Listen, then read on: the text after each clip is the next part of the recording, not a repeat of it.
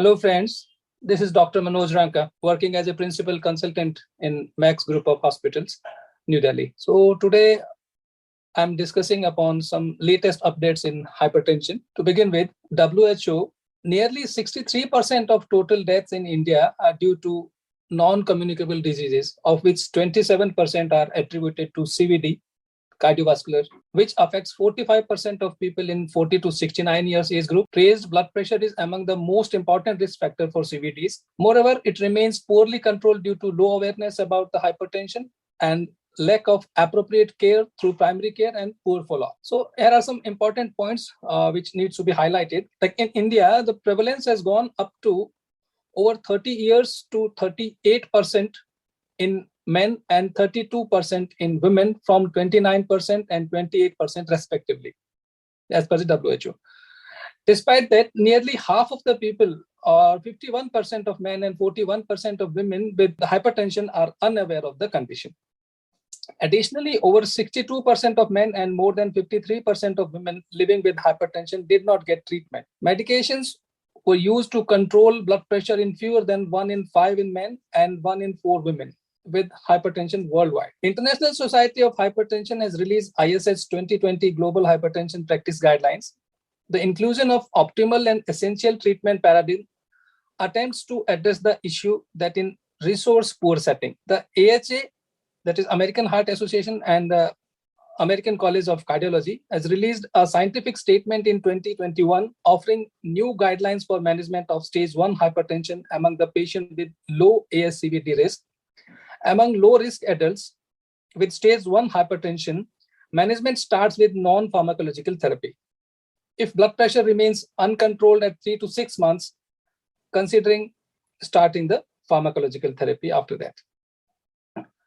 Acute respiratory distress syndrome, that is ARDS, is potentially fatal condition involving lung damage and experts often associated with severe COVID-19.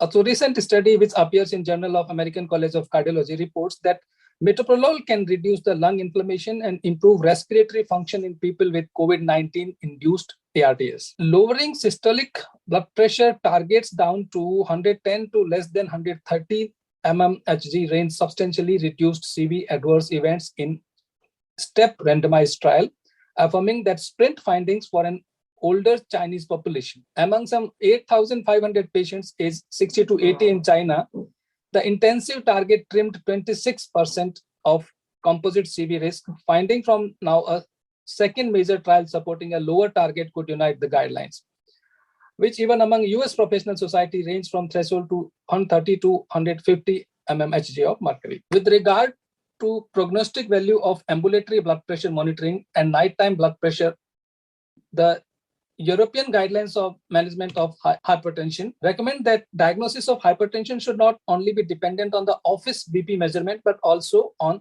out of the office measurements, such as ABPM or home blood pressure monitoring.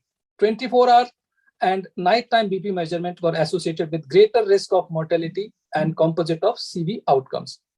Thus, they may be considered as the most relevant measurement for the estimating CV risk. For every 20 by 10 mmHg increment of blood pressure measured at night, the risk of mortality increased by 23% and risk of cardiovascular events by 36%. So nighttime blood pressure is equally, and in fact, more important.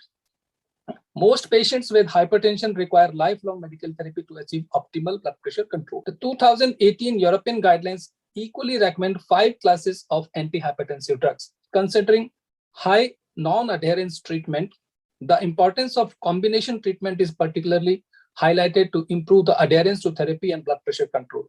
Therefore, the 2018 European guidelines recommend, especially in the context of lower BP targets, to start antihypertensive therapy with an initial dual fixed dose combination of ACE inhibitor or ARB plus CCB or diuretic. Since early July 2018, products containing valsartan have been recalled worldwide. The reason is detection of known carcinogen, namely N-nitrosodimethylamine, that is NDMA, which can be found in candesartan, like irbesartan, losartan, olmesartan, and valsartan. So presence of NDMA in these drugs could lead to 8 additional cancer cases in 1 lakh patients if they had taken the highest daily dose over 4 years. So valsartan recall accompanied by a significant increase in rate of emergency department visits up to plus 6%. So lastly, the HYGEA study represents the largest study that tested nighttime antihypertensive treatment. In this trial, chronotherapy was associated with a significant reduction in endpoints, including death. The HYGEA chronotherapy trial tested whether nighttime therapy in comparison to usual upon awakening hypertensive therapy exerts a favorable CV risk reduction. So the largest study included a total of 19,084 hypertensive patients during an average follow-up of 6.3 years. 1,752 participants experienced the primary CV outcome. An ambulatory BP measurement was performed for 48 hours to collect data on how BP differed during sleep. So RR reduction of CV events was significantly improved for nighttime treatment when compared with awakening treatment. So in coming days, we'll see more physicians shifting antihypertensive medication, preferably at bedtime, for best CV disease outcomes. Thank you.